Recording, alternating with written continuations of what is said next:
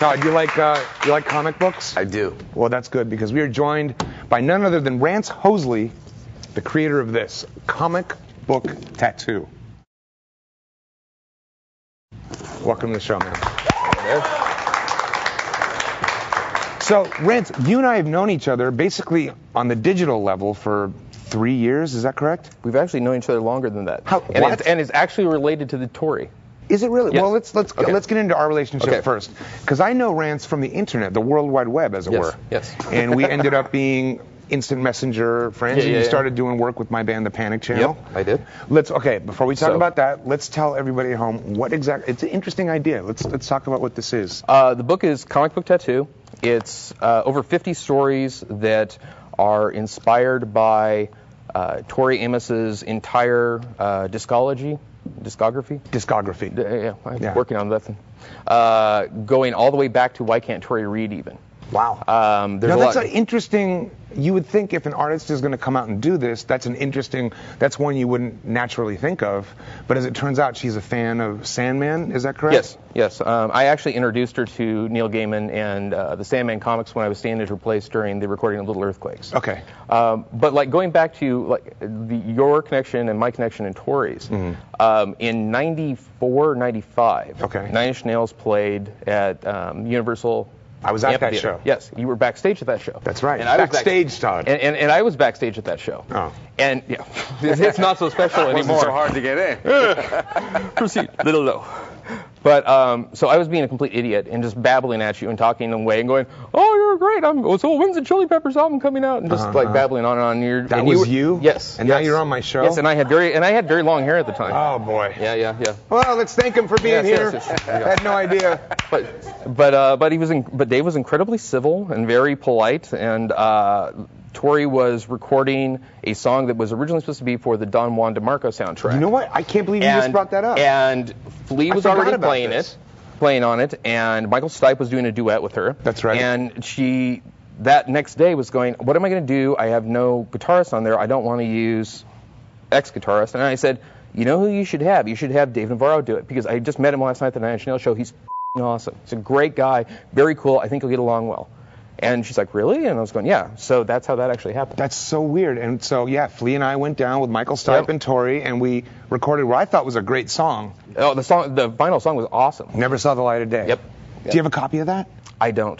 Can you get one? I would like to have one. She's one of those artists that doesn't have her old B-sides no, she does. and stuff. She does. Oh, let's get it. Well, and one of the things I actually pushed for on this was actually being able to do doing a story based on that song. Oh. And then being able to release the song, and the rights things just got insane. Now, did you illustrate this, or did you? I didn't do any illustrations. I wrote 2 stories. I wrote the story that was inspired by the song The Waitress. Okay. And I did the very acidic talk show host kind of thing called Mr. Zebra in there. Okay, now let me ask you, these are all different contributors? Yes. So all the illustrations are different, yes, and I've noticed different styles. We had 90 creators working on the book. This guy's great. So there were different creators for every single story, and it was one of those things where, whenever you start a creative project, you always kind of have this vision in the back of your head of well, in a perfect world, it'll turn out like this. Yeah, and then you have to lose that idea real quick. Exactly. And you learn to live with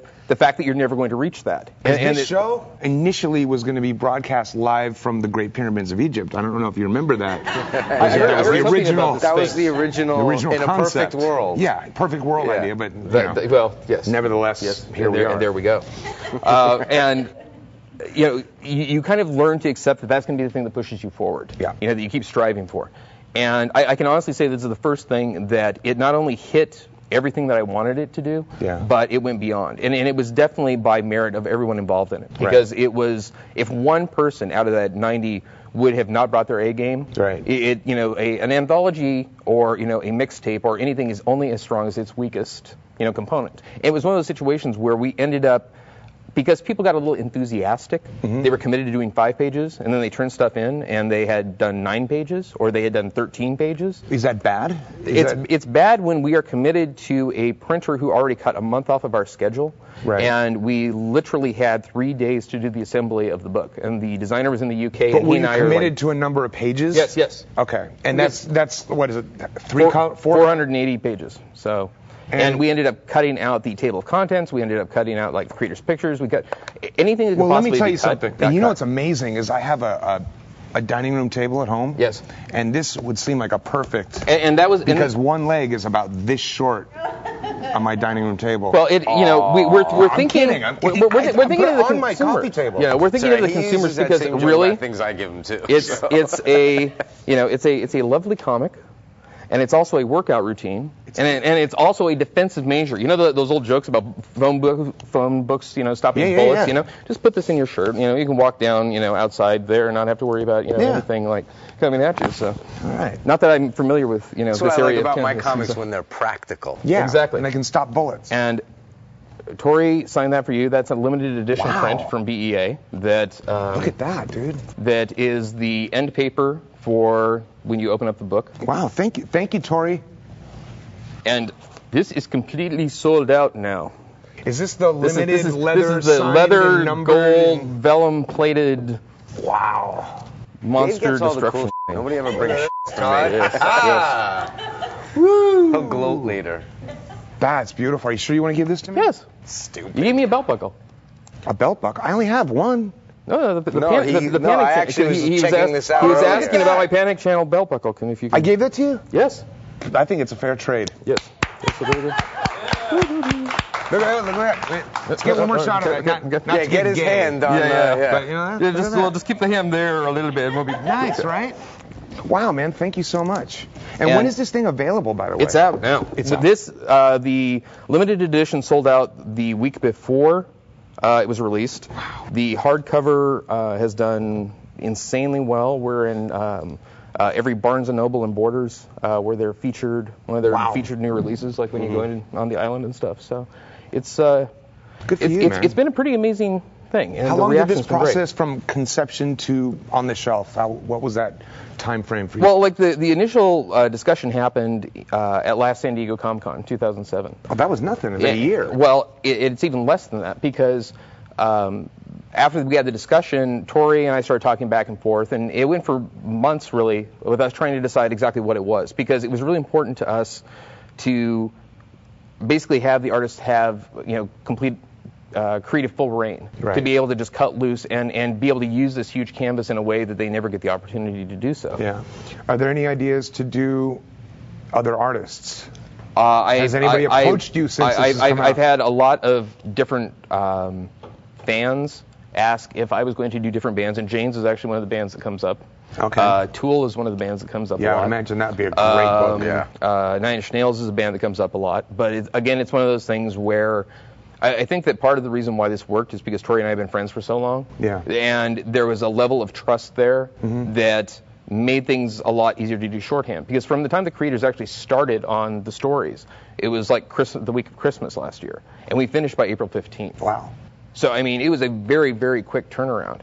And I don't think that would have been possible without the level of trust that was there. Congratulations on what is a really unique and interesting and new, fresh approach to highlighting songs and putting it in comic form. That's really amazing. And thank you for my gifts. Yes, absolutely. And Todd, you can come over anytime you want and look at this from a distance of 10 feet or more. As long as you don't smudge your fingers. I can spit that far. And because, you are Tattoo Man. It's like I brought tattoos for everyone. Oh, look how it's Todd. Look. Nice. You're not left out after all. Yeah, thanks for the tattoo. Rantz, thanks so much for being here. Dude. Is there a website you want to plug, or somewhere people can find out about you or your work? If you go to comicblogtattoo.com, we have an ongoing blog with all of the creators on the book, and also if you go to toriamos.com, it has all of the updates. We're probably going to be doing some more appearances and stuff like that as time goes on, and things get settled a little bit. Awesome. Congratulations, man. Rantz Hosley. Thanks. Comic book tattoo. Bring me back.